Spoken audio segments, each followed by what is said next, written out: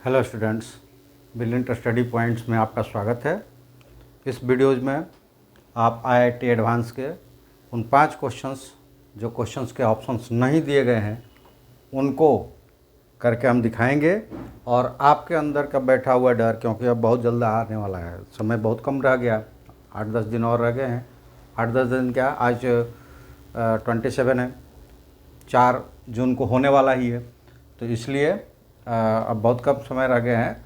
और ज़्यादातर आपने पीछे की वीडियो देखा होगा तो ज़्यादातर जो उसमें क्वेश्चंस आने वाले हैं, जिस तरह के लगभग हर चैप्टर्स के, कोई चैप्टर छूट भी गया होगा, ऐसा नहीं कर रहा हूँ कि मैं काउंट करके रखा है, छूट गया होगा, लेकिन लगभग जितने टाइप्स के आपको वो 5 क्वेश्चंस में आ सकते हैं हमने क्वेश्चंस बनाकर दिखा दिया है। चलिए आज भी उन्हीं क्वेश्चंस में से कुछ क्वेश्चंस को करेंगे। तो हम आपसे फिर से एक बार रिक्वेस्ट करते हैं कि वीडियो चाहे किसी के पास गया हो, चाहे वो स्टूडेंट्स हो, नॉन स्टूडेंट्स हो, किसी के पास भी वीडियो पहुंचता है तो आपसे रिक्वेस्ट है कि आप सब्सक्राइब कर लें, क्योंकि अगर आप जुड़कर पढ़ते हैं तो आपको फ़ायदा होगा, नहीं तो आपका वो योगदान दूसरों को सहायता करेगा। क्योंकि जैसे जैसे वीडियो की पॉपुलैरिटी बढ़ेगी हमारा मन यहाँ लगेगा और ज़्यादा से ज़्यादा हम क्वेश्चंस लेकर आएंगे। और वैसे भी 6 तारीख से हम लोग शुरू करने वाले हैं रेगुलर क्लासेस, तो आप लोगों का सहयोग अपेक्षित है, तभी उन बच्चों को जो हमसे जुड़ना चाहते हैं फ़ायदा होगा। तो इसलिए जिसके पास भी वीडियो जाए, वीडियो को सब्सक्राइब ज़रूर करें और पढ़ने वाले इससे जुड़े और देखें और घर बैठे आईआईटी मेंस और एडवांस फेस करेंगे, ये इसकी मैं गारंटी लूँगा। और जो भी आपको परेशानी आती है क्वेश्चन संबंधित, क्वेश्चंस नहीं बनता है, तो ये इस नंबर पे हमें फ़ोटो करके भेज दे व्हाट्सएप नंबर पे। वो क्वेश्चंस हम डिटेल्स में आपको समझाएंगे और उसमें क्या ट्रिक्स है ये बताएंगे। तो चलिए क्वेश्चंस पे चलते हैं। आज का पहला क्वेश्चन है, if y is equal to yx satisfied the differential equation 8√x product √9 plus √x dy is equal to inverse of √4 plus √9 plus √x dx, x is greater than 0 and y0 is equal to √7, then y 256। तो मैंने आपको कहा ना कि जो questions रहता है वहीं आप डर जाते हैं, क्वेश्चंस रहता है वही। देखिए यहाँ y 256 दिया है, इसका मतलब ये है कि यहाँ पे जो सॉल्यूशंस आने वाले हैं वो कंप्लीट नहीं कटने वाला होगा। तो इसको जब सब्स्टिट्यूट करेंगे y 256 को, तो वो कंप्लीट सॉल्व हो जाएगा और उसका न्यूमेरिकल वैल्यू आ जाएगा 1 2 3 10 20 50, कुछ भी न्यूमेरिकल वैल्यू आ जाएगा। तो इसको हटा दे तो आपका ये क्वेश्चंस फिर से वही क्वेश्चंस हो गया जो 4 ऑप्शंस में आप देते हैं। तो 4 ऑप्शन वाले तो आप थोड़ा बहुत ज्ञान का वो उसमें समावेश करके और तुक्का लगा लेते हैं। सभी नहीं, बहुत सारे लोग हैं जो टॉपर कर रहे हैं, वो अच्छा कर रहा है, वो तो एक्सरसाइज किए ही, लेकिन जनरल ऐसा होता है। तो चलिए इसको करके देखते हैं कि ये क्वेश्चंस हम कैसे करेंगे। और ये इसके पहले भी 1-2 डिफरेंशियल के आए हुए हैं, लेकिन ज़्यादातर हमने देखा है कि क्वेश्चंस आपके 3 चैप्टर्स पर बड़ा इफेक्ट डालता है। 3 चैप्टर्स के बहुत ज़्यादा क्वेश्चंस होते हैं, और वो होता है differential equations, applications of integration और 3D ज्योमेट्री। इन सब से क्वेश्चंस बहुत ज़्यादा होता है, बाकी से भी एक आध क्वेश्चंस रहते हैं, लेकिन इनसे ज़्यादा क्वेश्चंस होता है। डिफरेंशियल इक्वेशन का उसमें सबसे ज़्यादा है, तो मैं समझूंगा कि ये जो क्वेश्चंस है या इसके पीछे डिफरेंशियल गया है या 3D से आया गया होगा या आएगा, तो वो आपके लिए ज़्यादा फ़ायदेमंद होगा। चलिए, ये देखने से लगता है कि ये कैसे हम डिफ्रेंशिएट करें, इसको कैसे हम करें, लेकिन डिफरेंशियल इक्वेशन में आपने देखा है कि सबसे पहले हम क्या करते हैं, तो dy और y वाले टर्म्स एक तरफ कर लेते हैं और dx और x वाले टर्म्स एक तरफ कर लेते हैं। तो सबसे पहले हमें यहाँ पे जो दिया गया है उसको हम करते हैं एक साथ। तो यहाँ पे देखिए क्या हो जाएगा कि ये दिया हुआ है, पहले गिवन है उसको ले लेते हैं। गिवन क्या है, तो गिवन है 8√x bracket √9 plus x dy is equal to √4 plus √9 plus √x का इन्वर्स dx।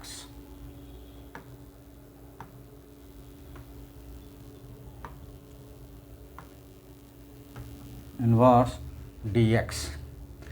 अब इसमें जितने भी है x वाले टर्म्स है y वाला नहीं है, तो हम इसको पहले अरेंज कर दें।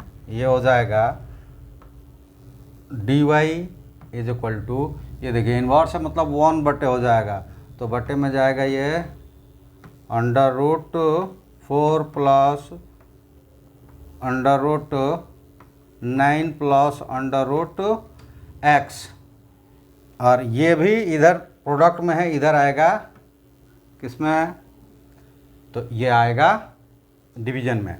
तो यहाँ पे है, अगर ये चाहें तो इसको ऐसे लिख दिया, और ये हो गया √9 प्लस √x और उसके बाद इंटू 8√x dx। तो सबसे पहले अब जब हम अरेंज कर लेते हैं तो हम क्या करते हैं, इंटीग्रेशन ले लेते हैं दोनों तरफ। तो बहुत सारी चीज़ें मैंने पहले भी बताया है कि इस पे जो वीडियो क्यों पूरा देखना चाहिए। तो जितनी चीज़ें मैं बोलूँगा हर चीज़ यहाँ लिखूँगा ऐसा तो होगा नहीं, क्योंकि वो ना हमको उतना जगह मिलेगा ना उतनी टाइम मिलेगा कि हर चीज़ बोलूँगा वो लिखूँगा भी, लिखूँगा तो टाइम लगेगा। तो केवल हम बताएंगे जो हमें स्टेटमेंट्स बोलने वाला है। और वहाँ जब आप एग्ज़ाम्स में होंगे तो वहाँ भी आपको किसी को बताना नहीं होगा कि क्या कर रहे हैं। वहाँ भी केवल वो 5 क्वेश्चंस का भले ही ऑप्शन नहीं दिया हुआ है, लेकिन आंसर ही टाइप करना है, वहाँ सब उसको सॉल्व करके दिखाना नहीं है।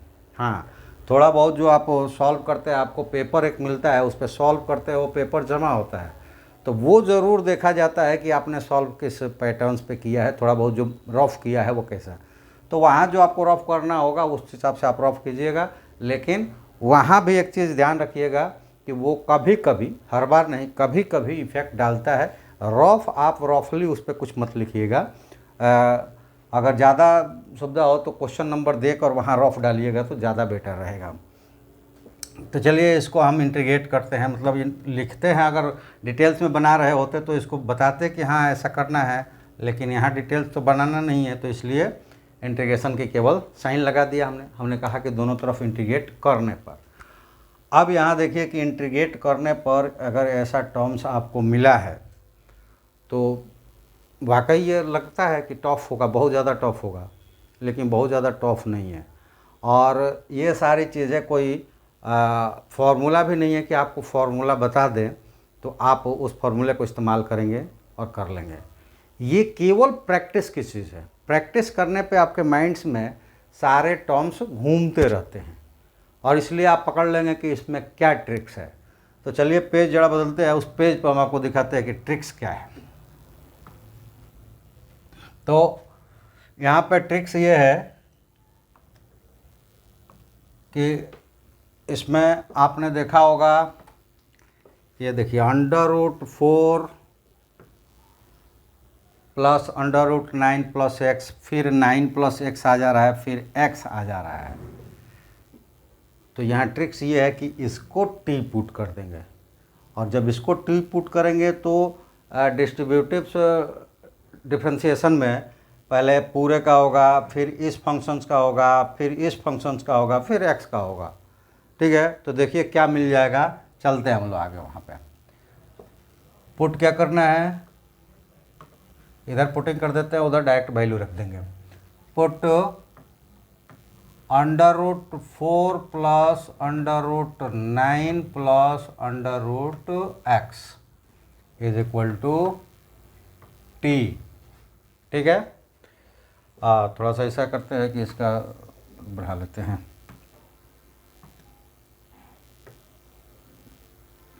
छोटा है तो कहीं नहीं दिखाई दे रहा होगा, थोड़ा मोटा कर लेते हैं इसको। तो ये t रख दिया। अब हमें क्या करना है, ये पूरा टर्म्स जो है ये ऐसा है 4 plus under root 9 plus under root x का 1/2। ठीक है, तो x के टर्म्स में, चूँकि x का ही है, तो x के टर्म्स में अगर इसको डिफ्रेंशिएट करते हैं तो ये हो जाएगा 1/2 और ये पूरा टर्म्स आ जाएगा। क्या आ जाएगा, इस पे माइनस करेंगे 1 तो ये -1 आएगा, तो ये नीचे आ जाएगा terms 1/√4 plus √9 plus √x।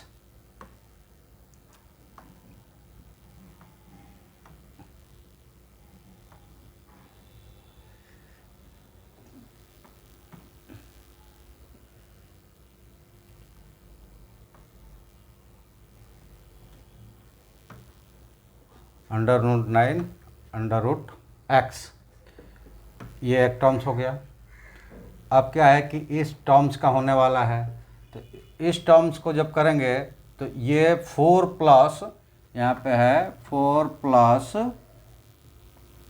9 plus √x का 1/2, तो ये जब 4 का होगा ये 0 हो जाएगा, इसका केवल होगा तो ये हो जाएगा 1/2 √9 प्लस √x इंटू। अब जब इसका होगा तो ये हो जाएगा 9 प्लस x 1/2, तो 9 क्या करेंगे 0 हो जाएगा, तो यहाँ हो जाएगा 1/2 √x। अब ये देखिए कि मैं डायरेक्ट कैसे लिखते चला जा रहा हूँ, तो ये आप भी लिख सकते हैं। और कैसे लिख सकते हैं, तो देखिए ये रूल्स जो आ रहा है वो इस पे आ रहा है कि √x मतलब इसको करेंगे x 1/2 और इसको d/dx करेंगे तो ये हो जाएगा 1/2 बाहर आता है, और x 1/2 - 1 ये हो जाएगा 1/2 x - 1/2, यानी कि यहाँ आएगा 2 माइनस जो आएगा x/2 नीचे आएगा तो वो हो जाएगा √x हो जाएगा, यानी कि √x का डिफ्रेंशिएट 1/2 √x होता है। तो ये पूरे टर्म्स को अगर x मान लेते हैं तो ये 1/√4 9x आया। फिर जब उसको हमने ले लिया x तो इस टर्म्स में आया, फिर 9 + x को लिया तो इस टर्म्स में आया। ठीक है, और यहाँ पे t जो हो जाएगा वो dt/dx हो जाएगा। अब इसको क्रॉस मल्टीप्लाइड कर देते हैं तो ये हमें क्या मिलेगा, ये मिल जाएगा 2 × 2 = 4 2 × 8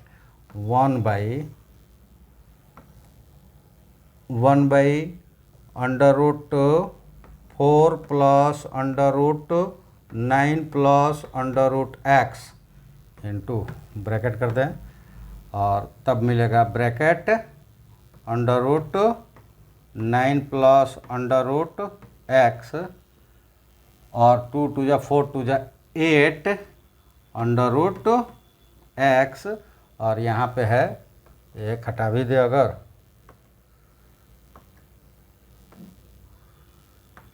dx, ये x यहाँ पे आकर dx मल्टीप्लाइड हो गया = dt। अब ध्यान दें कि कहाँ पे क्या हो गया, ये 1/√4 plus √9 plus √x into √9 plus √x into 8 √x dx ऊपर है और dt यहाँ पे है। तो यहाँ पे देखो √4 plus √9 plus √x √9 plus √x 8 √x dx। अब ये पूरा टर्म्स कितना हो गया, dt हो गया। देख लीजिए यहाँ पे क्या हो गया है, dt हो गया है। तो उस पूरे टर्म्स को हम सब्स्टिट्यूट कर देंगे तो ये मिलेगा that gives integration of dy = integration of dt, और यहाँ से मिल जाएगा y = t प्लस c, और t किसको रखा था तो ये देख लें, टी किसको रखा था, √4 प्लस √9 प्लस √x को टी रखा था। यहाँ सब्स्टिट्यूट कर देंगे तो ये मिल गया, that gives y is equal to √4 plus √9 plus √x plus c। इसको इक्वेशन फर्स्ट मान लेते हैं, ठीक है। अब यहाँ पे एक और चीज़ देखिए, y0 इज इक्वल टू √7 और y is equal to y(f(x). तो y is equal to y(f(x) है और y0 पुट करेंगे तो वो √7 हो जाएगा। तो उसको पुट करते हैं, यहाँ पे पुट करके देख लेते हैं, फिर वैल्यू रख देंगे।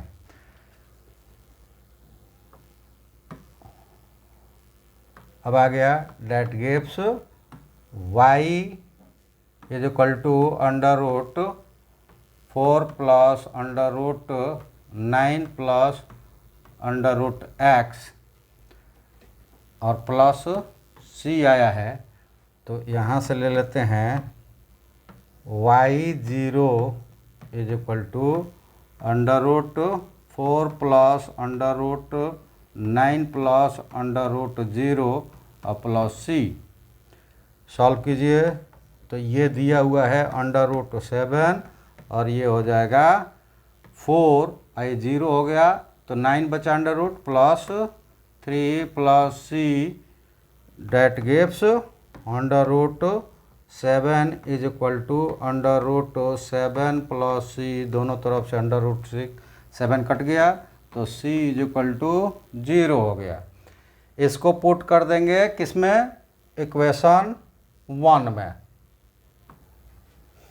ये इक्वेशन 1 में c की वैल्यू पुट कर देंगे तो क्या मिल जाएगा हमें, हम लोगों को प्राप्त होगा y is equal to √4 plus √9 plus √x।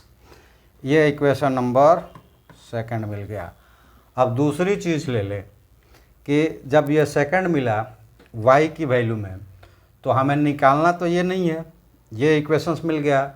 अब हमें निकालना है y256 जब निकालना है हमको, तो y की वैल्यू हमें नहीं चाहिए, y चाहिए जहाँ पे x 256 है, क्योंकि y इज इक्वल टू क्या है, yx। तो x का वैल्यू जहाँ 256 होगा वो वैल्यू हमें निकालना है इसमें। तो चलिए निकालते हैं, that gives y256 is equal to √4 plus √9 plus √256। तो यहाँ पे देखिए कैलकुलेशंस, 256 का कितना होता है, 16 होता है। तो ये हो जाएगा √4 प्लस √256 का 16 और plus 9 25, that is equal to 5 का 25 का कितना होता है, 5 √4 plus 5 that is equal to √9 that is equal to 3। और ये आपको वहाँ पे टाइप कर देना है क्वेश्चन नंबर, और उसके आगे जो आंसर सेट दिया हुआ है, मतलब जो भी क्वेश्चन है आंसर्स जहाँ पे टाइप करना है आपको 3 टाइप कर देंगे।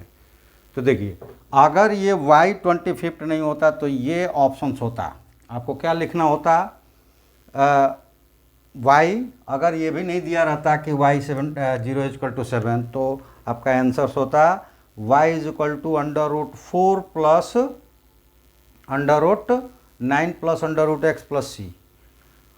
अगर ये y0 इज इक्वल टू √7 दिया होता तो c का वैल्यू जैसे निकाले 0 0 हो जाता, तब आपका आंसर ये दूसरा वाला इक्वेशन होता। लेकिन ये कब होता, ये जब इतना आप टाइप नहीं कर सकते, वहाँ पे आपको बहुत सारे ऑप्शंस नहीं मिलते कि आप रूट में टाइप कर ले, फ्रैक्शन में टाइप कर ले, इतने इंस्ट्रूमेंट्स वहाँ पे नहीं अवेलेबल हो गए और टाइम भी ज़्यादा लगेगा। इसलिए वहाँ पे जो आपके उपलब्ध कर सकते हैं, तो कुछ नंबर्स और कुछ अल्फ़ाबेट्स वो टाइप्स आप कर सकते हैं, तो उसी में आंसर्स आएगा। अगर ये ऐसा आना होता तो ये जो बाकी के 20 क्वेश्चन है उनमें आता है और ये ऑप्शन दिया रहता है, उस पर आप टिक लगाते हैं। लेकिन इसीलिए वो 256 कर दिया है कि x की वैल्यू 256 रखेंगे, कंप्लीट ये कैलकुलेट हो जाएगा और न्यूमरल्स फॉर्म में आ जाएगा।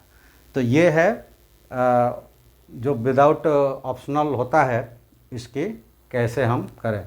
लेकिन जो हम क्वेश्चंस करते हैं ना, वो आखिरी में कुछ सब्स्टिट्यूशन के साथ उसके वैल्यू बदलते हैं, न कि उसका प्रोसेस बदलता है। प्रोसेस वो 20 क्वेश्चन जैसे करते हैं वैसे ही वो 5 क्वेश्चन का भी होता है। अब ये चीज़ है कि हम कब समझें कि इसको टी रखे कि उसको टी रखे, ये रूल्स नहीं होता है। हाँ, कुछ रूल्स है तो वो डायरेक्ट रूल्स वाले क्वेश्चंस आते नहीं। तो आप जहाँ डायरेक्ट रूल्स वाले क्वेश्चंस नहीं आते हैं, कई जगह है कि हम किसको रख लें, टी रखें तो क्या हो जाएगा, कुछ ट्रिक्स है। लेकिन यहाँ पे जो प्रैक्टिस सबसे ज़्यादा करेगा उसको ही ये समझ में आएगा कि हम कहाँ क्या रख लें। ठीक है, एक चीज़ हमने थोड़ा सा हिंट दिया कि अगर आप देखते चले जाएंगे कि रूट्स धीरे धीरे ख़त्म होते जा रहे हैं और आखिरी तक गए हैं, तो उसमें बड़े वाले को रखेंगे तो आखिरी तक वो आ जाएगा। डिस्ट्रीब्यूशन लॉ ऑफ डिफरेंशिएशन से। ठीक है, तो चलिए ये हो गया अपना पहला क्वेश्चंस। तो इसीलिए मैं आपसे बार बार रिक्वेस्ट कर रहा हूँ कि जो पढ़ने वाले स्टूडेंट्स हैं वो सब्सक्राइब करें और जुड़े भी। उनको इस तरह के बहुत सारे प्रैक्टिस हम करवाने वाले हैं, जिससे वो अपने एग्ज़ाम्स में कभी फेलियर नहीं होने वाले। कब? जब हमारे पूरे सेशंस को अटेंड करते हैं, घर पे प्रैक्टिस करते हैं पूरी, और जो भी प्रॉब्लम्स आते हैं हमको शेयर करते हैं, 100% उनका निकलेगा। चलिए अब दूसरे क्वेश्चन से ले लेते हैं। ये क्वेश्चन है कि if L1 is the line of intersections of the planes, ये दो प्लेन्स है 2x - 2y + 3z - 2 = 0, x - y + z + 1 = 0। और दूसरा है L2 is the line of intersections of the planes x + 2y - z - 3 = 0 and 3x - y + 2z - 1 = 0. If the distance of the origin from the origin मतलब 0 0 0 origin from the plane containing the line L1 and L2 is D, then 30√D each। ये देखो, ये उस 5 questions का बनाने के लिए ये जुड़ा गया है। अन्यथा यही होता कि D each, और जो वैल्यू आती वही वैल्यू हम लिख देते, उसमें ऑप्शन होता टिक कर देते, उसी में एक और वैल्यू ऐड कर दिया। इसका मतलब जब इसको सब्स्टिट्यूट करेंगे तो ये बिल्कुल कट के नॉमिनल्स वैल्यू देगा और वहीं हमको लिखना है। तो इसके थॉट्स को पहले जान लें कि अगर हम ये लेते हैं कि लाइन L1 और L2 जो फर्स्ट इंटरसेक्शंस, ये दो लाइंस का है, जो प्लेन्स है, इनके इंटरसेक्शंस का इक्वेशन क्या होगा। तो ये equation of the plane intersections of the line passing through this plane is, चूँकि हमने कहा कि हमारे पास बहुत सारी चीज़ें जो हम बोलेंगे वो लिखेंगे नहीं, तो हम बोल रहे हैं जो लिखना हमको होगा वही लिखेंगे। यानी कि ये दो प्लेन्स के इंटरसेक्शंस वाले लाइन से अगर हम उस लाइन का इंटरसेक्शंस वाली लाइंस का इक्वेशन बनाते हैं तो वो इक्वेशंस क्या होगा, तो required equations is equal to 2x - 2y + 3z - 2 plus lambda या k या p कुछ भी रख सकते हैं, लेकिन जनरली हम लोग यूज करते हैं लेमडा को, तो लेमडा ले लेते हैं। यानी किसी एक प्लेन दूसरे प्लेन्स के लेमडा टाइम्स को ऐड कर देंगे, यानी कि k टाइम्स को ऐड कर देंगे, और उससे जो इक्वेशन बनेगा वो इंटरसेक्शंस ऑफ लाइन का इक्वेशंस होगा। तो ये हो जाएगा x - y + z + 1 = 0। इसको अगर सॉल्व करें हम तो ये लेमडा सब में मल्टीप्लाइड होगा, तो यहाँ 1 है तो 2, यानी कि लेमडा प्लस 2x, और यहाँ भी माइनस है, यहाँ भी माइनस है, तो माइनस यहाँ ले लेते हैं, और यहाँ लेमडा 1 होगा और यहाँ 2 होगा, तो यहाँ भी वही है लेमडा प्लस 2y। z की बात करें तो z1 और 3 है, तो यहाँ हो जाएगा plus lambda plus 3z, and यह लेमडा प्लस में है और -2 कांस्टेंट वाला जो टर्म्स है वो है lambda -2 that is equal to 0, और ये इक्वेशन नंबर फर्स्ट कर लेते हैं। अब जैसे देखिए कि क्यों आपको ये वीडियो पूरा देखना चाहिए, क्योंकि यहाँ जो स्टेटमेंट सब लिखेंगे वो हम यहाँ लिखेंगे नहीं, लेकिन आपको बता देते हैं ये कि ये तो हमने फर्स्ट 2 प्लेन्स की कंबाइंड्स लाइंस के इक्वेशंस बनाया, लेकिन उसके बाद 2 लाइंस और है, यानी कि एक और इंटरसेक्शंस ऑफ लाइन है L1 और L2, क्योंकि इन दोनों के कंबाइंड प्लेन पर डिस्टेंस निकालना है ओरिजिन से, ठीक है। तो ऐसा होगा कि ये 2 जो इक्वेशंस है इनसे हम दूसरा न बनाते हुए, क्योंकि 2 अगर हम कांस्टेंट अलग ले लेंगे तो फिर वो कैलकुलेशन करना आपको भारी पड़ जाएगा, बहुत महंगा पड़ जाएगा, यानी लेंदी हो जाएगा, क्योंकि थॉट्स ये है कि ओरिजिन से किसी 2 कॉम्बिनेशंस इंटरसेक्शंस लाइन पे आपको परपेंडिकुलर ड्रॉ करना है, तो वो किसी एक से बनाए गए कंबाइंड लाइंस पे दोनों के जो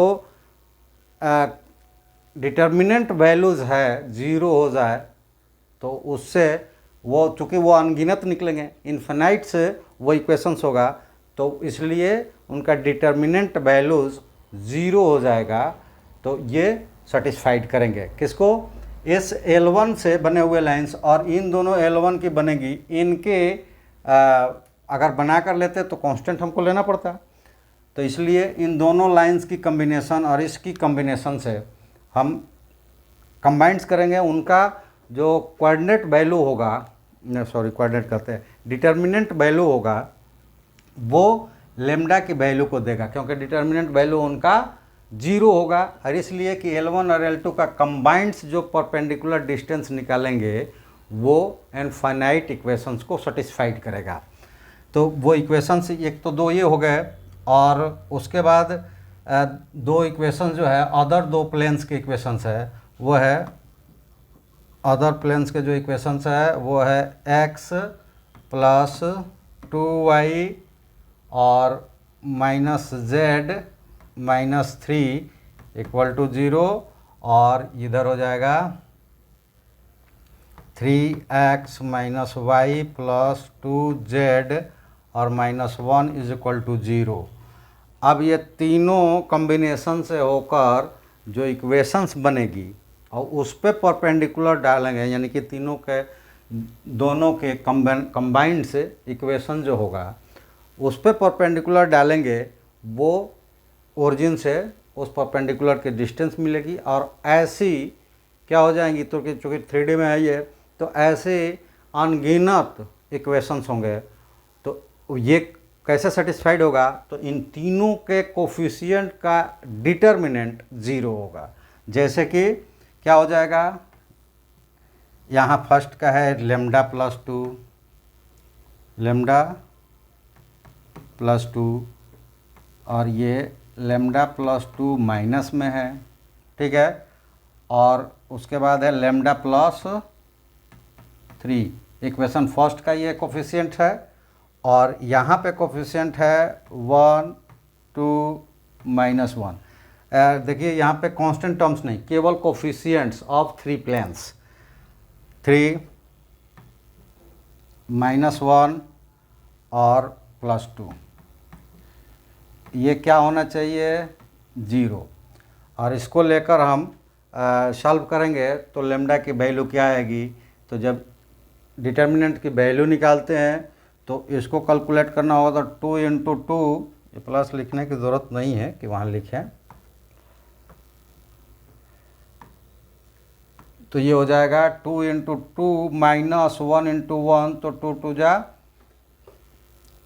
4 ये माइनस माइनस प्लस हो चुका है तो -1 3 और 3 से जब उसमें इस टर्म्स में मल्टीप्लाइड करेंगे तो determinants of the coefficients of equation first and equation of two planes is equal to 0, क्योंकि इनके पास फर्स्ट ये दोनों प्लेन के साथ मिलकर इन्फिनाइट कंबाइंड इक्वेशंस होंगे और इसलिए इनके कोफिशिएंट्स का डिटर्मिनेंट 0 होगा, डिटर्मिनेंट वैल्यू इसके कोफिशिएंट का 0 होगा। आज जब इसको आप सॉल्व करोगे तो चूँकि ये सॉल्व करेंगे हमारा टाइम वेस्ट होगा, तो इसलिए जब सॉल्व करोगे तो ये मिल जाएगा हमें क्या, तो डेल्टा इज इक्वल टू 5, ये 5 मिल गया।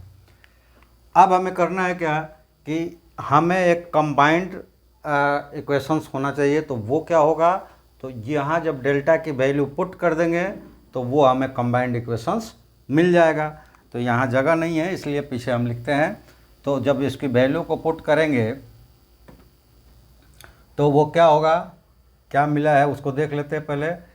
तो यहाँ पे डेल्टा प्लस 2x है और डेल्टा आया है 5, तो इक्वेशन हमें क्या मिल जाएगा, यहाँ भी लिख सकते हैं, इक्वेशन मिल जाएगा, यहीं पुट कर देते हैं लेम्डा की वैल्यू 5 को, तो 5 प्लस 2 7x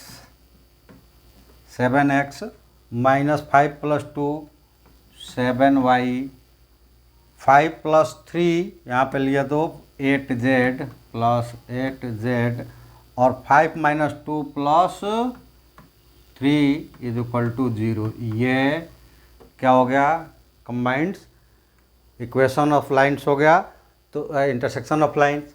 अब इस पे ओरिजिन से परपेंडिकुलर लाना है तो उसका रूल आप जानते ही है, हमें रूल्स का सबसे ज़्यादा वो करना पड़ेगा। तो जिसको हमने माना है D L1 और L2 को कंटेन करते हुए उस प्लेन पे जो अभी हम लोगों ने इक्वेशन निकाला कंबाइंड्स, इस प्लेन पे ओरिजिन से परपेंडिकुलर डिस्टेंस क्या होगा, तो वो होगा D is equal to constant terms 3 by sum of the square of the square roots of square sum of the coefficients of the planes. ठीक है, यानी कि under root 7 square plus 8 square. अब ये देखिए -7 का स्क्वायर करेंगे तो वहीं आएगा, चलिए लगा देते हैं नहीं तो कंफ्यूज रहेंगे। अब इनको ऐड कर देंगे तो D क्या आएगा, तो D हो जाएगा 3/49, यहाँ पे ऐड कर देते हैं कहीं पे भी, 49 प्लस 64 डेट इज इक्वल 98 और 2 लेंगे 100 162, तो अंडर रूट हो जाएगा 162। और जब इसको हम सॉल्व करेंगे तो आप ये देखिए कि 162 मतलब 2 इंटू 81 और 81 का स्क्वायर क्या हो जाएगा 9 और 9 ये हो जाएगा 3/9√2। ठीक है, और इससे काट देते हैं तो ये 3 हो जाएगा।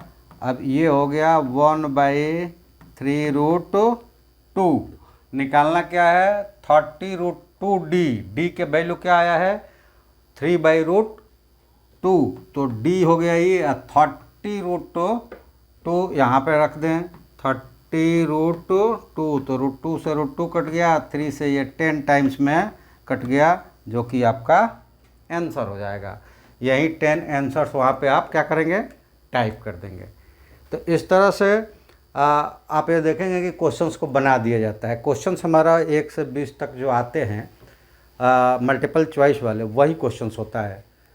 चूँकि वहाँ पे ऑप्शंस नहीं देना है तो टिक किस पे करेंगे, आप उतना राइट कोई कर नहीं सकता है, वो टाइम वेस्टिंग होता है। और ऑनलाइन में एक बार को अगर ऑफलाइन होता तो बच्चे वहाँ पे कैलकुलेट कर लेते हैं पेन से, लेकिन ऑनलाइन में ऐसा नहीं हो पाता है, इसलिए उसका वैल्यू जो होता है न्यूमेरिकल से आता है, जिसको न्यूमेरिकल को हमको टाइप करना होता है। तो उसको क्या किया जाता है, कोई एक नंबर जो उसमें अटपटा होने वाले उस नंबर से को जोड़कर और पूछ दिया जाता है, आंसर न्यूमेरिकल हो जाता है। तो डरना घबराना कुछ नहीं है, बिल्कुल सिंपल सा है। आप आराम से कूल माइंड्स होकर आप एग्ज़ाम्स दें और बड़े आसानी से उनको आप कैलकुलेट कर लेंगे और कॉन्फिडेंस के साथ आप नंबर्स वहाँ पे टाइप कर सकते हैं। तो चलिए फिर से आपसे एक बार निवेदन करते हैं कि वीडियो जिसके पास भी जाए वो सब्सक्राइब ज़रूर करें। अगर वो स्टूडेंट्स नहीं है तो भी सब्सक्राइब करें और अपने आस पड़ोस वालों को जो भी स्टूडेंट्स हैं उनसे सब्सक्राइब करने को कहें, क्योंकि फ्री ऑफ कॉस्ट बिना या अपने पेरेंट्स के दूर गए हुए आप आसानी से एडवांस या मेंस कंप्लीट कर सकते हैं। उसके लिए ज़्यादा टेंशन लेने की ज़रूरत नहीं है। आप जो स्टडी करते हैं स्टडी कीजिए और प्रैक्टिस कीजिए घर पे और हमारे साथ जुड़िए, प्रैक्टिस घर पे कीजिए। जो प्रॉब्लम्स आता है हमको भेजिए। 6 तारीख से कंटिन्यूस क्लास भी चलने वाला है, जो कि प्रिपरेशन और टारगेट दोनों चलाएंगे। प्रिपरेशंस में 11th वाले बच्चे ज्वाइन करें, उनका 2 साल का कोर्स होगा। 11th में हम 11th की कोर्स पूरा करवाएंगे, साथ ही 11th के चैप्टर से जितने रिलेटेड IIT के क्वेश्चन हैं उनको हम सॉल्व करवा लेंगे। उसमें ज्वाइन करके अगले साल मतलब दूसरे साल जब आप हमारे साथ जुड़े रहेंगे तो 12th के पूरा कोर्स करवाएंगे और उसके साथ साथ 12th में भी जो चैप्टर से आने वाले IIT के क्वेश्चन हैं उन क्वेश्चंस को एक्सरसाइज करवाएंगे। आपका 12th और IIT दोनों एक साथ क्लियर भी होगा, तैयार होगा और क्लियर भी होगा, इसकी हम गारंटी ले सकते हैं। कब? जब आप हमारे साथ जुड़े, हमारे पूरे वीडियोज़ को देखें। जो भी आपको प्रॉब्लम्स आ रहा है हमारे व्हाट्सएप पे फ़ोटो करके भेज दें, प्रैक्टिस करें पूरी तरह से, बिल्कुल 100% आप सक्सेस होंगे, इसकी गारंटी है। तो चलिए आज हम लोग इस वीडियोज़ में इतना ही, और फिर हम अगले वीडियोज़ में आपके लिए कुछ लेकर आएंगे। कुछ क्या लेकर आएंगे? इन्हीं तरह की जो भी आपके ट्रिक्स जो आपके अंदर के डर को भगा सके, वैसे ही हम क्वेश्चंस को सॉल्व करके दिखाएंगे। और 6 तारीख से याद रखें क्लासेस शुरू हो जाएंगे अगले सेशंस के लिए। टारगेट होगा वो 24 का होगा। तो उसमें इस साल 12th में आने वाले बच्चे और चाहे 12th पास हो गए हैं अगले साल वो टारगेट कर रहे हैं IIT के, वो जुड़ेंगे। और प्रिपरेशन कोर्स जो होगा वो इस साल जो 11th में आए हैं वो बच्चे जुड़ेंगे, उनका टारगेट होगा 25 में। तो चलिए आज इतना ही। आप सबका धन्यवाद करते हुए, आग्रह करते हुए कि वीडियो को सब्सक्राइब ज़रूर करें, अपने दोस्तों से भी सब्सक्राइब करवाएं। आप सबका धन्यवाद। जय हिंद।